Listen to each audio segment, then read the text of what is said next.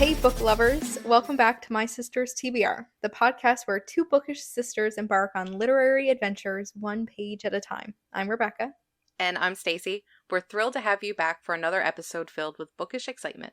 Today we're diving into our highly anticipated novels released this month, unpacking the magic, mystery, and mayhem that these new releases promise.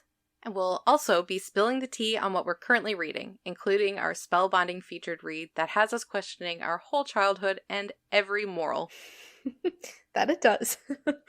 So grab your coziest blanket, a hot cup of coffee, and join us as we navigate the literary landscape of November's most anticipated releases. But before we jump into all these books, a quick reminder to hit that subscribe button and follow us on your favorite podcast platform. We wouldn't want you to miss any of our bookish banter. All right. Let the bookish journey begin. Welcome to My Sister's TBR. So before we start talking about our current reads, do you want to start us off with the new releases this month? Sure. Well, the first one I don't think is any surprise to anybody at this point, but the second of the Empyrean series by Rebecca Yarros released on November the 7th. I'm sure everybody and their mother knows about it at this point. Iron Flame. It's been very well received so far. I've been desperately trying to not see any spoilers, so I've been keeping off of a lot of social media until I can read it. Smart. We talk about Fourth Wing a lot in this podcast. I'm not going to read out the description for Iron Flame because I feel it could spoil some, 100%. Like normal. Yeah, like we aren't big on reading descriptions of later books and series and that, so I won't do that. But it is a fantasy romance. It has dragons. Do you really need another reason to go read? I don't think anybody needs to know anything else about it. Nope. So just go read it. Oh god, I cannot wait for that. When I pre-ordered it and it left Toronto, I think it left from on the 7th. So it should be here this week. Mm-hmm. Mine was in town Friday. And of course the mail. That was Friday. Yeah, and the mail doesn't get delivered on the weekends, and then it was a long weekend because of Remembrance Day. So I'm really, really optimistic that I'm going to get the book tomorrow. Oh god, I cannot wait to see that. It's going to look so good on your shelf, like side by side with the special edition. The special edition. Oh, I'm so excited. I'm still butthurt, okay? What? Why? Because I freaking bought the original Fourth Wing before she even released that she was coming out with the special edition. Yeah. I don't know why I didn't wait. I mean, well, there was no why would you really? Yeah. Bring home your Fourth Wing and we'll do a fun little day of sprayed edges. Okay, done. I have like the book clamp thingy now, so. True. Okay. And yeah, I've watched a lot of videos. Okay. You're ready. Oh gosh. But I keep seeing, hold on. I keep seeing, I don't know if this is a spoiler or not, but I keep seeing posts saying that apparently Dane is the enemies to lovers. I've seen discussion on this because they're saying like I don't even remember how many books. Is it like a 5-6 book plan series or something like that? And people saying like, what if Dane is the actual enemies to lovers? And I'm just like, no. We don't want to hear this rubbish. No. Like it hurts my soul. So I'm not even really. But at the same time, you really think about it. I refuse to really think about it. If it's a 5-book series, there's no way she's with. Anyway, okay. Moving on. I'm okay with a 5-book her and Xaden. I'm okay with that. Me too. Me too. Okay. I guess On. time will tell. Yep. Up next, we have Do Your Worst by Rosie Danan. This is being released on November 14th. 352 pages. And like just looking at the cover, like I love the covers that look like that with like the Oh, me too. It's like the cartoon animation style. Yeah. Genre is romance, contemporary, adult, paranormal. Interesting. Mm-hmm. Ever since Pen Pal, I love a good paranormal romance. Okay. Sparks fly when an occult expert and a disgraced archaeologist become enemies with benefits in this steamy romance. Riley Rhodes finally has the chance to turn her family's knack for the supernatural into a legitimate business when she's hired to break the curse on an infamous Scottish castle. Used to working alone in her alienating occupation, she's pleasantly surprised to meet a handsome stranger upon arrival, until he tries to get her fired. Fresh off a professional scandal, Clark Edgware can't allow a self proclaimed curse breaker to threaten his last chance for redemption. After he fails to get Riley kicked off his survey site, he vows to avoid her. Unfortunately for him, she vows to get even. Riley expects the curse to do her dirty work by driving Clark away, but instead, they keep finding themselves in close proximity. Too close. Turns out, the only thing they do better than fight is fool around. If they are not careful, by the end of all of this, more than the castle will end up in ruins. Ooh. Interesting. I like that. I like how it's enemies with benefits.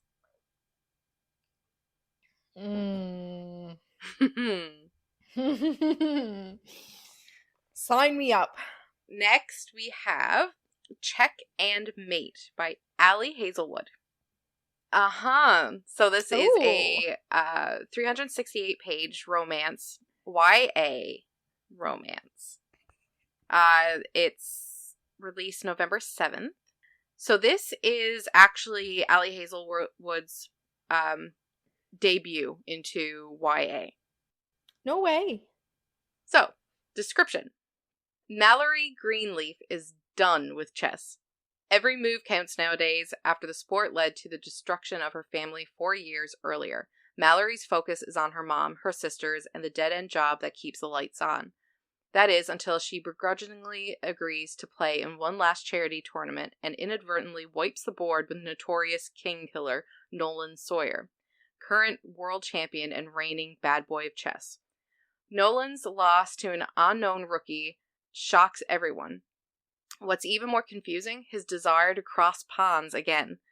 What kind of gambit is Nolan playing? The smart move would be to walk away, resign, game over. But Mallory's victory opens the door to sorely needed cash prizes, and despite everything, she can't help feeling drawn to the enigmatic strategist.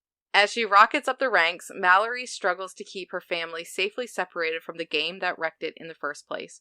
And as her love for the sport she so desperately wanted to hate begins to rekindle, Mallory quickly realizes that the games aren't only on the board, the spotlight is brighter than she imagined, and the competition can be fiercely attractive and intelligent and infuriating. ... Okay, interesting. So obviously, rivals to lovers. Mm-hmm. So that's interesting. I'm getting Queen's Gambit vibes. Yeah, definitely. I'm just not big into chess. No. I just... I'm afraid that this book is going to be another Carrie Soto for me. Yeah. Yeah. Where I'm just page after page of I don't care about tennis. I don't care. But I think it's cute that she's going into like YA. Yeah. I mean, I feel like it's definitely going to be written well. Mm-hmm. So, oh. Yes. Betting on You by Lynn Painter, and this is the #1 in the Betting on You series. If anybody here remembers a couple of months ago when I read Better Than the Movies by Lynn Painter, God, freaking loved it. That was the only thing I've ever read by her, but That's amazing. so like I already know. I don't even need to read this. Like I know I'm gonna love it. Don't even need to read the plot. So this is 432 pages, a YA romance. Beautiful. And even the cover looks very similar to Better Than the Yes. Movies. Yeah, I noticed that too. When 17-year-old Bailey starts a new job at a hotel water park, she is less than thrilled to see an old acquaintance as one of her coworkers. Bailey met Charlie a year ago on the long flight to Omaha, where she moved after her parents' divorce. Charlie's cynicism didn't mix well with Bailey's carefully well-behaved temperament, and his endless commentary was the irritating cherry on top of an already emotionally fraught trip. Now, Bailey and Charlie are still polar opposites, but instead of everything about him rubbing Bailey the wrong way, she starts to look forward to hanging out and gossiping about the water park guests and their coworkers, particularly two who keep flirting with each other. Bailey and Charlie make a bet on whether or not the cozy pair will actually get together. Charlie insists that members of the opposite sex can't just be friends, and Bailey is determined to prove him wrong. Bailey and Charlie keep close track of the romantic progress of others while Charlie works to deflect the growing feelings he's developed for Bailey. Terrified to lose her if his crush becomes known, what doesn't help his agenda is Bailey and Charlie fake dating in order to disrupt the annoying pleasantries between Bailey's mom and her mom's new boyfriend. Soon, what Charlie was hoping to avoid becomes a reality as Bailey starts to see him as not only a friend she can rely on in the midst of family drama, but someone who makes her hands shake and heart race. But Charlie has a secret that involves Bailey and another bet Charlie may have made. Can the two make a real go of things, or has Charlie's secret doomed them before they could even start? So is this going to be another, like, I was going to say another book, but I think it's a spoiler. So I'm assuming that this is going to be that he made a bet with somebody, like maybe his friends or something, that he could be the one to get with her. Yeah, 100%. Oh, but honestly, I just love her. No doubt it's going to be well written. Yeah, I'm very excited. Okay, so next we have The Porcelain Maker. So this is a historical fiction, World War II romance. It's by Sarah Freethy, and it was published November 7th. Two lovers caught at the crossroads of history, a daughter's search for the truth. Germany, 1929. At a festive gathering of young bohemians in Weimar, two young artists, Max, a skilled Jewish architect, and Bettina, a celebrated avant-garde painter, are drawn to each other and begin a whirlwind romance. Their respective talents transport them to the dazzling lights of Berlin, but this bright beginning is quickly dimmed by the rising threat of Nazism. Max is arrested and sent to the concentration camp at Dachau, where only his talent at making exquisite porcelain figures stands between him and seemingly certain death. Desperate to save her lover, Bettina risks everything to rescue him and escape Germany. America, 1993. Clara, Bettina's daughter, embarks on a journey to trace her roots and determine the identity of her father, a secret her mother has kept from her for reasons she's never understood. Clara's quest to piece together the puzzle of her origins transports us back in time to the darkness of Nazi Germany, where life is lived on a razor's edge and deception and death lurk around every corner. Survival depends on strength, loyalty, and knowing true friends from hidden foes. And as Clara digs further, she begins to question why her mother was so determined to leave the truth of her harrowing past behind. The Porcelain Maker is a powerful novel of enduring love and courage in the face of appalling brutality as a daughter seeks to unlock the mystery of her past. I love when books go back and forth between present day and in the past. Totally agree. I love that. Oh, I feel like that's going to be a heartbreaker. Oh, I was just going to say, yep. Yeah. Shatter our hearts. Oh, but I love historical fictions too. Like, I think that's going to be a good one. That's going to be a good one, yeah. Okay, then our last book that we have here is Bookshops and Bonedust by Travis Baldree. The cover looks interesting. A warm hug of a book. So it's 352 pages, and it is a cozy mystery, fantasy fiction, adult romance, LGBT. Mm-hmm. Interesting. Okay. When an injury throws a young, battle hungry orc off her chosen path, she may find that what we need isn't always what we seek. In Bookshops and Bonedust, a prequel to Legends and Lattes, New York Times bestselling author Travis Baldree takes us on a journey of high fantasy, first loves, and secondhand books. Love all three of it. Yeah. Viv's career with the notorious mercenary company Rackham's Ravens isn't going as planned. Wounded during the hunt for a powerful necromancer, she's packed off against her will to recuperate in the sleepy beach town of Merk, so far from the action that she worries she'll never be able to return to it. What's a thwarted soldier of fortune to do? Spending her hours at a beleaguered bookshop in the company of its foul-mouthed proprietor is the last thing Viv would have predicted, but it may be both exactly what she needs and the seed of changes she couldn't possibly imagine. Still, adventure isn't all that far away. A suspicious traveler in gray, a gnome with a chip on her shoulder, a summer fling, and an improbable number of skeletons prove Merc to be more eventful than Viv could have ever expected. I have heard so many good things about the first, Legends and Lattes, so I can only imagine that this must be. And this just came out on November 7th. I've actually never heard of either of it. No? Nope, never. Cute. Oh, I love a good fantasy now. Yeah, now that Akatar has swung those doors wide open. Oh yeah, open up the floodgates. Here we are. Okay, I think that's a good month of some new releases. Yeah. I still don't think it's as good as what last month was. I think last month we had a really good list. But I think this is pretty solid. Like Allie Hazelwood, Lynn Painter, Rebecca Yarros. I was gonna say Iron Flame. Okay, never mind. Duh. I take it back. This was a good month. Yeah. That alone is good enough right there. Yeah. The only really thing that news wise is just about Daniel Radcliffe. He executive produces The Boy Who Lived, which is a documentary about the stuntman David Holmes, who became paralyzed during the filming at the Battle of Hogwarts. I love that. Yeah, that's incredible, and I love how it's called The Boy Who Lived. That just gave me goosebumps. Yeah. But I just find it crazy because I never even knew that his stunt double became paralyzed until last year or the year before. This is new knowledge to me. Why wasn't a bigger deal made about that before? When it happened? Yeah. I do remember hearing about it a while ago. But I don't know. I don't know why. Maybe for legal reasons, possibly. Maybe, yeah. I guess we'll have to watch the documentary. True. And maybe David Holmes wanted to go through that out of the public eye too. Yeah, I can't imagine that must have been easy at all. Yeah. God. But yeah, I'm excited for that. I'm definitely gonna watch that. Oh, pretty well anything that's anything to do with Harry Potter. Yeah.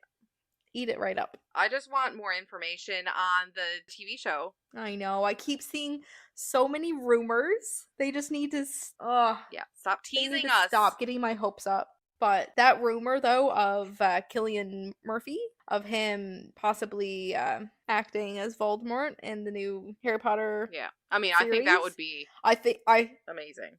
He would be so good. He would absolutely kill that. He would Avada Kedavra it. So since we're talking about Harry Potter, do we just go right into what our featured read is before we... May as well. Do you want to, since it's considered one of your currently readings?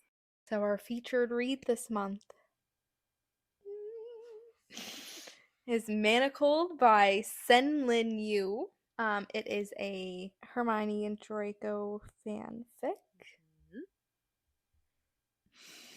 Fantasy romance fanfiction, 876 pages. Damn. Yeah. I think the last book that I read this big was the 5th Harry Potter book. Harry Potter is dead. In the aftermath of the war, in order to strengthen the might of the magical world, Voldemort enacts a repopulation effort. Hermione Granger has an order secret. lost but hidden in her mind, so she is sent as an enslaved surrogate to the High Reeve to be bred and monitored until her mind can be cracked. That is so vague. It is very, very vague.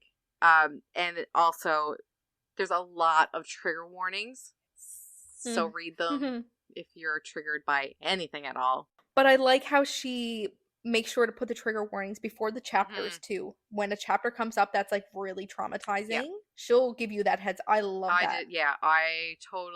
I like that, to know going into the chapter that, okay, I'm gonna have to like really prepare. Yeah, like just mentally, right? Yeah. But I really liked how the dark scenes, how she specified saying like she didn't want to gloss over what happened because like she wanted to make sure that she put into words how traumatizing an act like this, whatever happened, she didn't want to gloss over that. But she didn't go into too much detail, which I'm glad. Yeah, I think she did amazing at putting all of that together. It really makes you not necessarily connect, but like really feel for Hermione and whoever. It just really solidified that empathy. Yeah, definitely. I just found it so crazy how, like, I mean, we grew up with Harry Potter, but obviously it's more, everything was glossed over during Harry Potter because, I mean, it's, you know, young adult for, like, the first half anyway, and, like, they didn't go into detail about what, like, the Cruciatus Curse does, or, like, how deeply that affects you. Yeah, it was very minimal. I feel like those books were just like surface level after seeing so many different fan fictions and reading, especially Manacled, really digging into how dark Harry Potter world really was. Yeah. I know, I mean, I get it.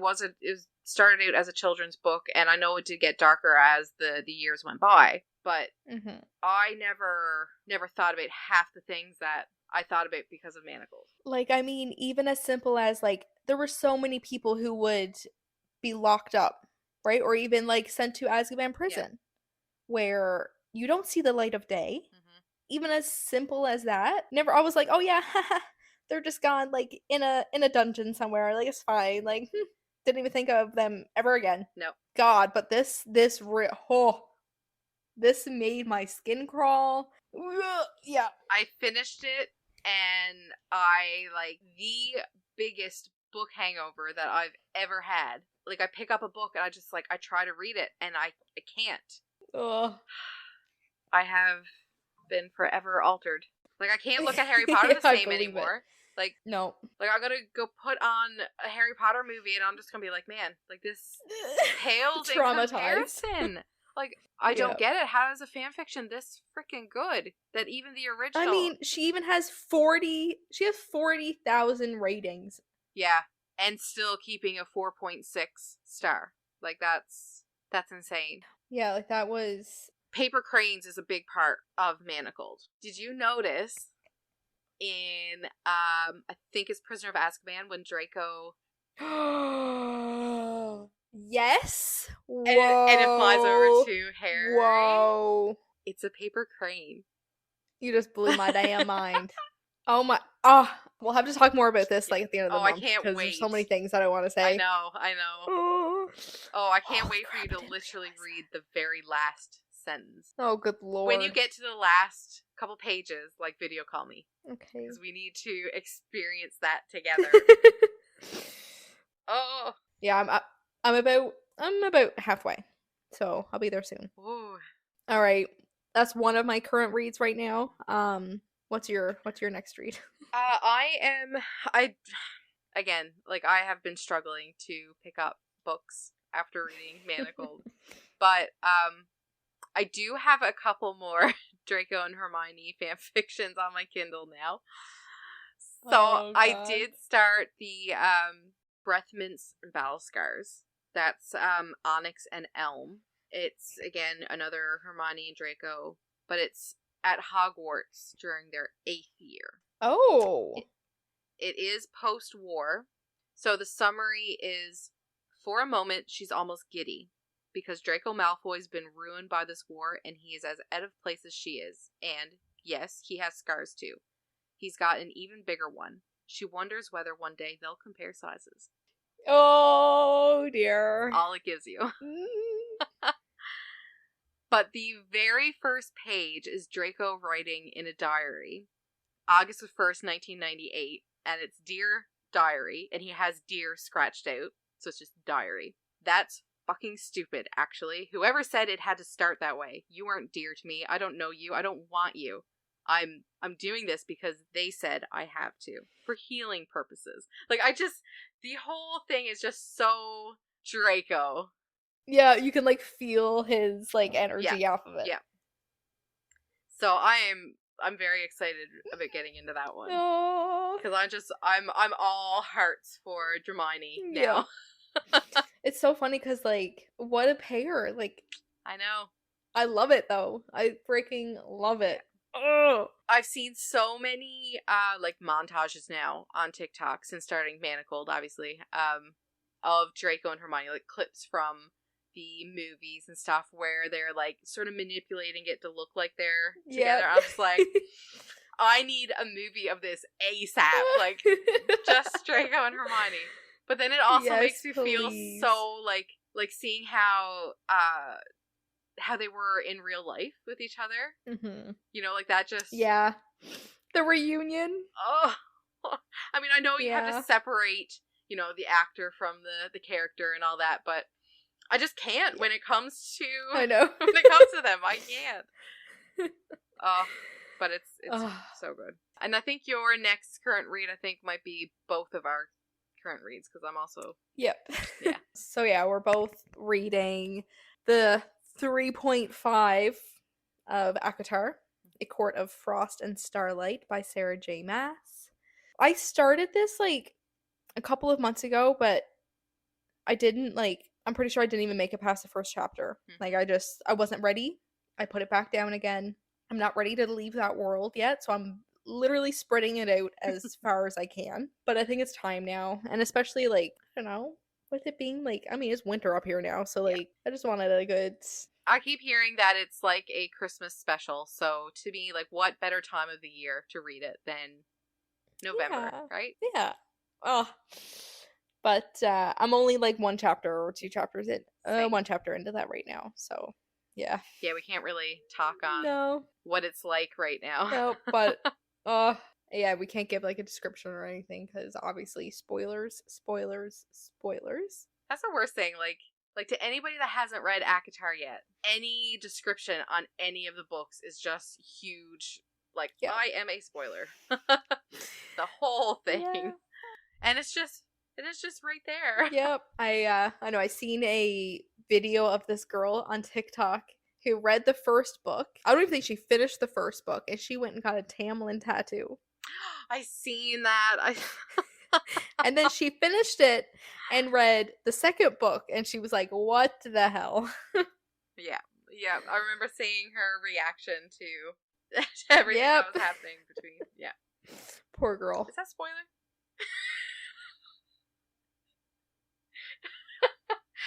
This is why we wouldn't be able to do anything live. We've talked about Reese before. Yeah, that's fine. Okay. We've talked about Reese. There's already been spoilers. Okay. And I mean, we're not saying anything that is necessarily who's with. Yeah. Anyways, it's fine. Okay. Fine. So I also went back to another series that I had started earlier the year, The Bonds That Tie by Bree. Mm-hmm. I'm at book 3, so I did start that one actually this morning. Oh. So it's still really, really new. Again, another one where I can't really read out the description because it's the third book in the series.